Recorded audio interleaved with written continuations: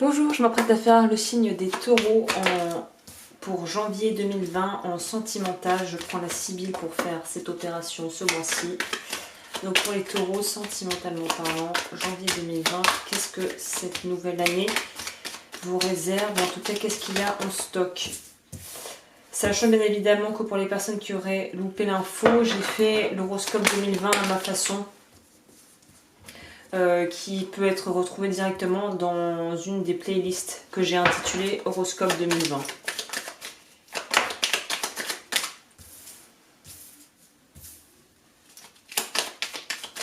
Alors on va voir ce qui ressort pour vous. Ok, ça va pas mal réfléchir. On va voir à quel propos.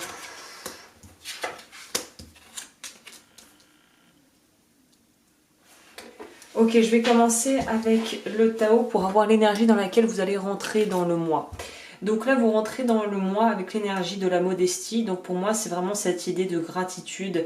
Peut-être d'avoir énormément de choses pour lesquelles tu sais et tu es très conscient ou consciente que tu peux avoir justement beaucoup de gratitude envers ces choses dans ta vie.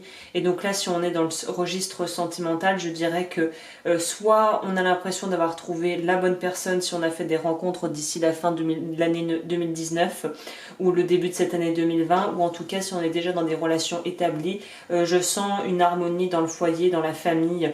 On a construit quelque chose, ou en tout cas on est en paix avec soi-même parce qu'on sait que l'on fait des choix qui sont les plus justes pour nous et qui ont l'air d'apporter énormément de sérénité et d'équilibre en fait. Il y a une idée un peu d'avoir avec ces deux cartes ensemble de voyage initiatique, mais de voyage vers intérieur. En fait, on a l'impression en voyant ça que, en plus, c'est ajouté à ça la carte de la contemplation. Pour moi, il y a vraiment cette idée d'avoir fait un sacré bout de chemin vers soi, à l'intérieur de soi, et du coup que ça se reflète aussi à l'extérieur et par rapport aux gens qui nous entourent.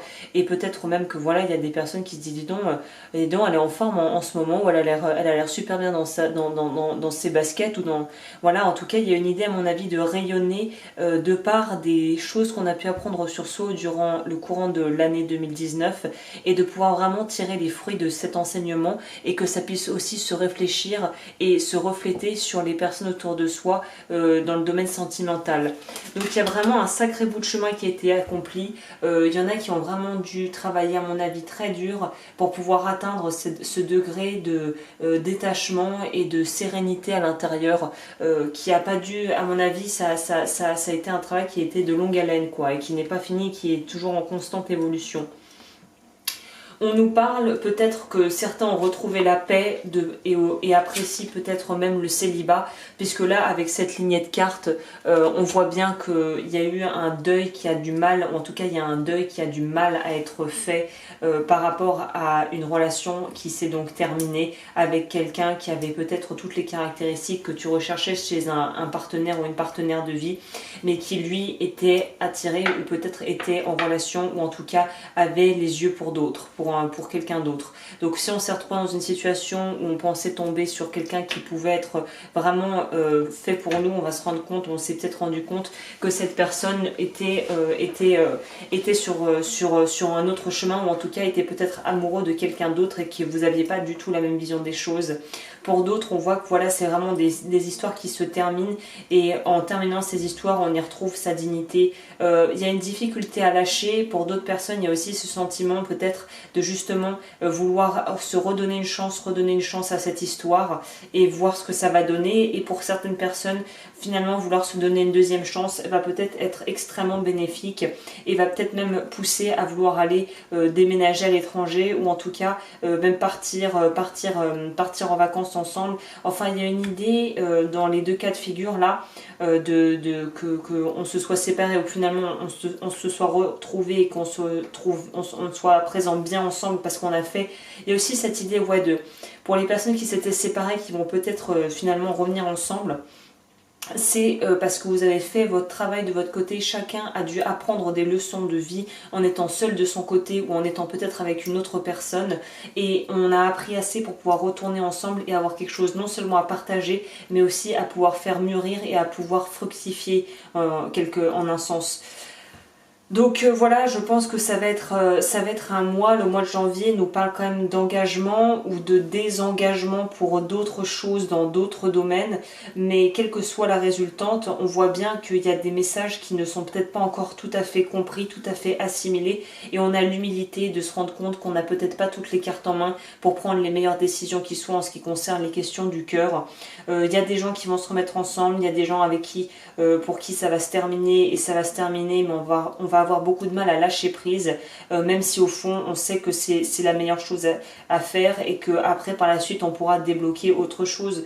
Je pense que la raison pour laquelle ça pourrait être difficile pour certaines personnes de lâcher, pardon, je baille, je suis fatiguée là, c'est pour ça, je fais ça en fin de journée donc je suis pas au top forme là au niveau énergie, mais ce que je peux dire c'est que on voit que on va prendre à cœur en tout cas le rôle qu'on veut bien se donner, c'est-à-dire que ça soit s'occuper de ses enfants, que ça soit d'être dans une relation, que ça soit d'être plutôt ouvert à son travail, aux autres, d'être aussi dans des relations qui soient pas forcément amoureuses mais qui t'apportent cet amour, qui te nourrissent intérieurement. On sent que c'est quelque chose que tu vas vouloir mettre vraiment en avant et que tu vas vouloir surtout vraiment nourrir.